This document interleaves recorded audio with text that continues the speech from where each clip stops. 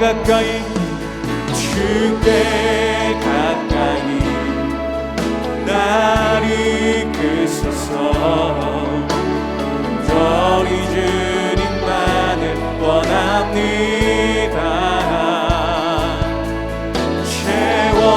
채워주소서. 주의 사랑은 신선한 찬양들을 수 있도록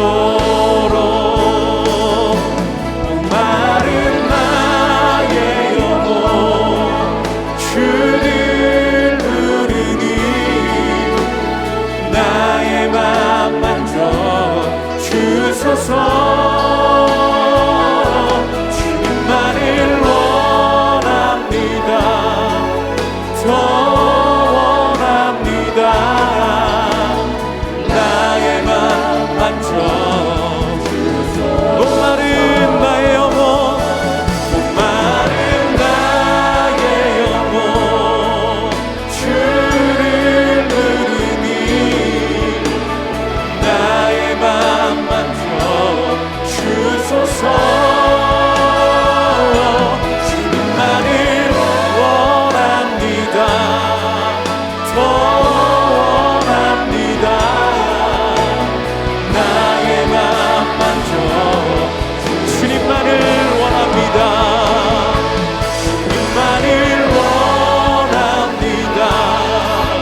더 원합니다. 나의 맘 만져 주소서.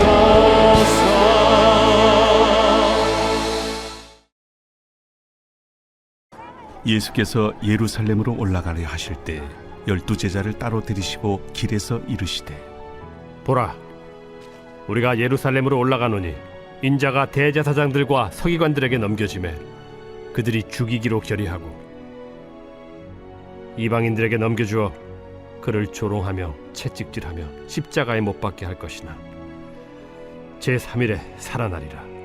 그때 세베대의 아들의 어머니가 그 아들들 데리고 예수께 와서 절하며 무엇을 구하니 예수께서 이르시되 무엇을 원하느냐?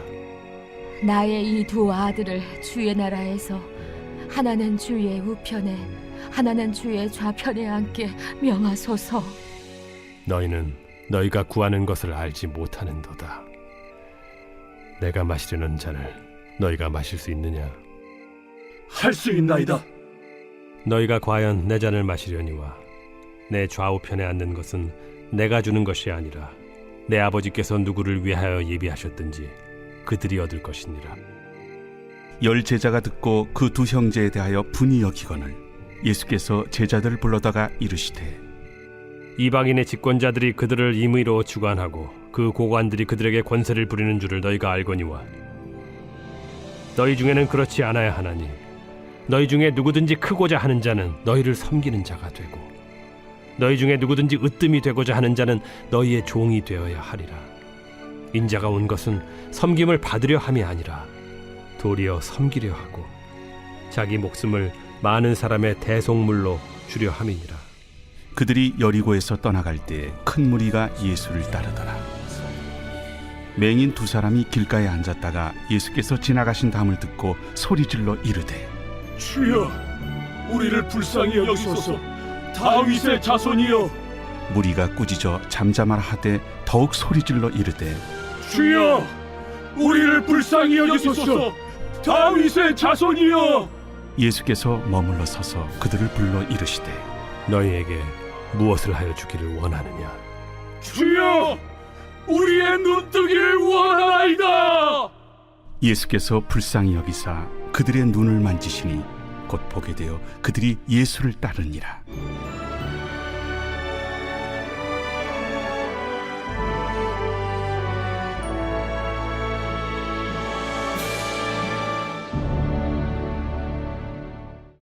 사랑하는 성도 여러분, 오늘도 하나님의 말씀과 함께 승리하는 하루가 되시기를 소망합니다. 오늘 본문은 이 세상의 나라와 하나님 나라가 어떻게 다른지, 정확하게는 어떤 지향점을 가지고 있는지 분명하게 보여주고 있습니다. 세베대의 아들의 어머니가 그 아들들 야고보와 요한이죠. 데리고 와서 예수님께 청탁을 합니다. 야고보와 요한은 예수님이 특히 아꼈던 제자들이죠. 변화산도 함께 오를 정도로 제자 그룹의 핵심 인물들입니다. 야고보와 요한의 어머니는 예수님의 이모로서 친족 관계의 그 특권을 이용해서 요청한 것으로 보입니다. 아무튼 이 청탁 내용은 예수님의 오른팔 왼팔로 삼아 달라는 거죠. 왜 이런 부탁을 합니까? 그녀뿐만이 아니라 제자들 모두 예수님이 말씀하시며 전파하시는 천국, 하나님 나라를 오해했기 때문입니다. 하나님 나라는 이 세상 사람들, 이 세상 나라들과 주인만 달라질 뿐 논리는 똑같다는 거예요. 야고보와 요한의 어머니가 청탁한 내용을 보면 결국은 높은 자리, 권력의 자리, 성공한 자리를 보장해 달라는 것입니다. 가치관 자체가 이 세상 사람들, 이 세상 나라, 제국의 논리를 답습하고 있습니다. 문제는 다른 제자들이에요. 그런 모습을 보고 제자들의 반응이 무엇이었냐면 24절에 보면 10제자가 듣고 그 두 형제에 대하여 분히 여기거늘. 10제자가 분하게 여겼다는 거예요. 왜 분한 감정이 들었을까요? 똑같은 생각을 하고 있던 찰나에 선수를 뺏겼다고 생각했기 때문입니다. 만약에 나머지 10제자들은 하나님 나라가 추구하고 지향하는 바가 무엇인지 알았다면 분하게 여기지 않았을 것입니다. 오히려 야고보와 요한의 어머니가 청탁하는 모습을 보면서 안쓰러워하거나 민망하게 여겼을 거죠. 분노했다는 것은 같은 수준, 같은 생각이었다라는 것입니다. 이 세상의 나라는 경쟁을 피할 수가 없습니다. 그리고 그 경쟁에서 이긴 자가 생존합니다. 야고보와 요한의 어머니 또한 이 논리를 답습한 거예요. 그래서 12명이 현재 경쟁 관계에 있는데 예수님의 친족이기도 하고 그리고 여기저기 중요한 자리에 데리고 다니는 걸 봐서 어느 정도 가능성이 있겠다 싶어서 치맛바람을 일으킨 것입니다. 그렇게 경쟁 구도에서 이기면 그것 자체가 생존이요 성공이라고 생각한 거죠.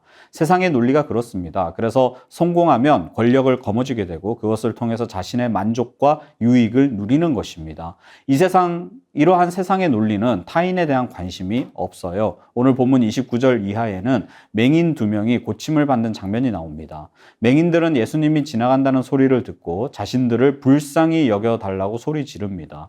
그때 사람들의 반응이 뭐죠? 31절입니다. 무리가 꾸짖어 잠잠하라 하되 어려움에 처한 맹인들을 오히려 꾸짖습니다. 신락 같은 희망을 품고 간절함이 넘치는 사회적 약자를 향해 함부로 대합니다. 윽박지릅니다. 한글 성경에서는 잠잠하라 이렇게 고상하게 번역은 되어 있으나 사실은 매우 과격한 말입니다. 조용히 하지 않으면 가만두지 않겠다. 이 공격적 뉘앙스가 담긴 말입니다. 도움과 돌봄이 필요한 그 사람들을 향한 군중들, 대중들의 반응은 왜 이렇게 가혹할까요? 그것은 너희는 이미 경쟁에서 패배한 루저들이야 하는 마음이 앞섰기 때문입니다. 세상의 논리, 세상 나라의 논리, 제국의 논리, 즉 힘의 논리로 그들을 바라보기 때문입니다. 이 세상 사람들은 이러한 것들을 통해서 자신을 높이려고 해요. 이것을 한 단어로 성공 이렇게 이야기합니다. 얼마 전에 끝난 1타 강사 스캔들이나 예전에 인기였던 스카이캐슬과 같은 드라마를 보면 입시생 자녀들을 사지로 내모는 수단과 방법을 가리지 말고 좋은 대학만 가면 되는 그러한 사회상들이 그려졌습니다. 이것이 이 세상을 살아가는 우리의 모습이라는 거예요. 세상의 논리, 제국의 논리, 힘의 논리입니다. 왜 세상 사람들은 이런 생각에 사로잡혀 있습니까? 이 세상이 전부라고 생각하기 때문이겠죠. 영원한 나라, 영원한 생명은 없다고 믿기 때문에 잠시 왔다 가는 이 세상에서의 삶을 화려하게 치장하는 것이 곧 성공이라 여겨지기 때문입니다. 그래서 무한 경쟁 속에서 수단과 방법을 가리지 않고 승리해서 더 높은 자리, 더 많은 부를 거머쥐려고 하는 것이죠. 제자들이 꿈꿨던 하나님 나라가 바로 이것입니다. 예수님이 절대 군주로서 절대 권력을 바탕으로 세상을 정복해서 예수님이 왕이 되는 그 나라가 하나님 나라라고 착각했습니다. 하지만 예수님이 말씀하시는 하나님 나라는 세상 나라와 정반대예요. 이 세상에서는 높아지려고 하나 하나님 나라는 낮아져야 합니다. 하나님 나라에서 큰 자는 높은 자리에서 권세를 부리는 자가 아니라 가장 낮은 자리에서 타인을 섬기는 자이고 으뜸이 되고자 하는 자는 가장 낮은 종이 되어야 한다는 논리가 하나님 나라입니다. 그래서 예수님이 오신 목적도 그와 같아서 지금 예루살렘으로 올라가는 것이 엄청난 육체적 고난과 죽음이 기다리고 있음을 아시면서도 걸어가는 그 길이죠. 죽기까지 순종하는 헌신, 자기 목숨을 많은 사람의 대속물로 내어주기까지 낮아지는 것이 곧 하나님 나라의 질서이기 때문입니다. 예수님이 가시는 길은 섬김의 길이요 종의 길입니다. 섬김으로 세상을 통치하시는 것이죠.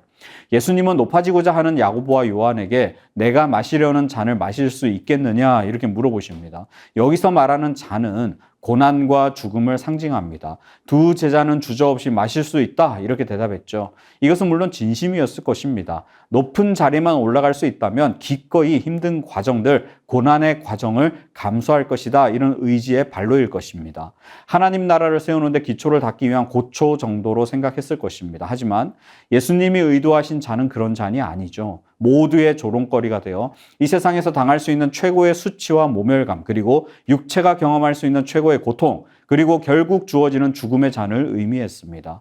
물론 예수님께서도 제자들이 그 잔을 마시게 될 것이라고 말씀하셨고 그 말씀은 훗날 사도행전에서 성취가 됩니다. 예수님의 제자들은 순교자의 반열에 들어가게 되는 것이죠. 하지만 지금 상황에서는 그 잔의 의미를 알지 못했던 것입니다. 하나님의 나라는 순환과 죽음, 자신을 버리면서 낮아지고 낮아지는 그 섬김을 통해 구현되는 것입니다. 왜 그렇습니까? 왜 이렇게 하나님 나라는 암울하죠? 그것은 죄 때문입니다. 죄의 삭은 사망이라고 그랬습니다. 하나님은 피조세계를 창조하실 때에 풍성한 생명력을 주셨어요. 영원한 생명을 주셨습니다. 그런데 인간이 범죄하여 에덴 동산에서 쫓겨났습니다. 생명의 근원이신 창조주 하나님 앞에서 쫓겨났고 그로 인해 인간을 비롯한 모든 창조세계는 죄로 오염되었습니다. 영원한 생명에서 차단되었습니다. 이제는 죄의 값을 치러야 하는 비참한 신세가 되었습니다. 죄의 삭은 사망이다. 삭, 보수라는 뜻이죠. 인간이 태어나서 한평생 죄 가운데서 열심히 일하고 허덕이다가 마지막에 수고했다고 보상으로 받는 것이 사망입니다. 그 사망은 육체의 사망을 넘어서서 영혼의 사망, 영원한 죽음을 의미합니다.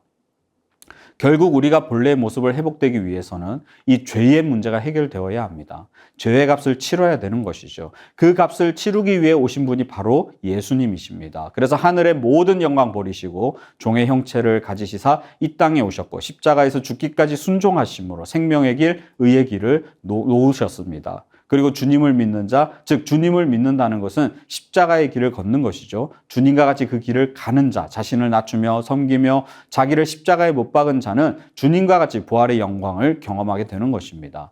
사망의 늪에서 신음하던 자가 진리와 함께 기뻐하며 자유하게 되는 것이죠.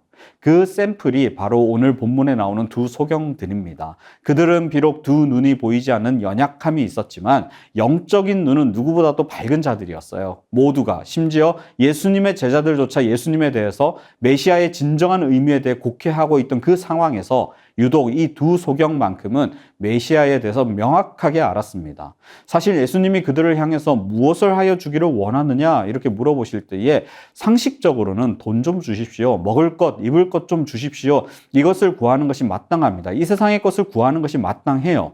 어느 누가 감히 눈먼 것을 고쳐준단 말입니까?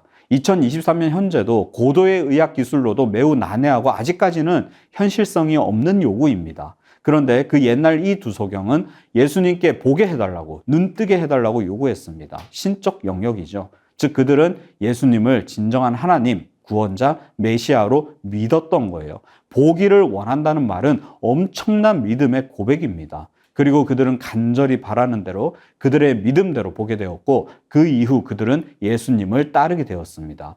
십자가의 길을 향해 가는 주님을 순종하며 따라갔던 것이죠. 이들이 오히려 참된 제자로서 나타내 보여야 할 모습을 우리에게 보여주고 있습니다. 우리는 무엇으로 지금 주님을 따르고 있습니까? 예수님과 같이 낮아짐, 헌신, 섬김을 통해 하나님 나라를 이 땅 가운데 선포하며 천국을 경험하고 있습니까? 그리고 주님이 가신 그 길을 본받아 제자도를 걸어가고 있습니까? 잊지 마십시오. 자기 목숨을 많은 사람의 대속물로 주기 위해 이 땅에 오신 예수님. 그 예수님과 함께 우리는 십자가에 이미 못이 박혔습니다. 그리고 3일 만에 부활하신 주님과 연합하여 우리도 부활을 소망하며 이 땅이 아닌 저 영원한 나라를 소망하며 살아가는 것입니다. 이 땅에서 우리가 어떠한 모습, 어떤 일, 어떤 고난을 겪든 오직 저 영원하신 나라를 소망하며 예수님과 같이 섬김의 길, 헌신의 길, 순종의 길을 걸어가므로 하나님 나라를 선포하며 주님 다시 오실 그날을 고대하며 매일 승리하는 저와 여러분 되시기를 주님의 이름으로 축원합니다. 이 시간 말씀을 생각하시면서 기도 제목을 함께 읽고 기도의 자리로 나아가시겠습니다. 높아지려는 교만한 마음을 제거하여 주시고 겸손의 왕으로 오신 주님과 같이 섬김과 헌신의 자리에 머물게 하소서. 이 세상이 아닌 영원한 나라, 하나님 나라를 소망하며 나에게 맡겨주신 사명을 충성스럽게 감당하는 우리가 되게 하소서. 우리의 헌신과 섬김을 통해 믿음이 연약한 지체들이 세워지게 하시고 예수 그리스도를 믿지 않는 자들이 주님께로 돌아오는 회복의 역사가 있게 하소서. 이 시간 다 같이 기도하시겠습니다.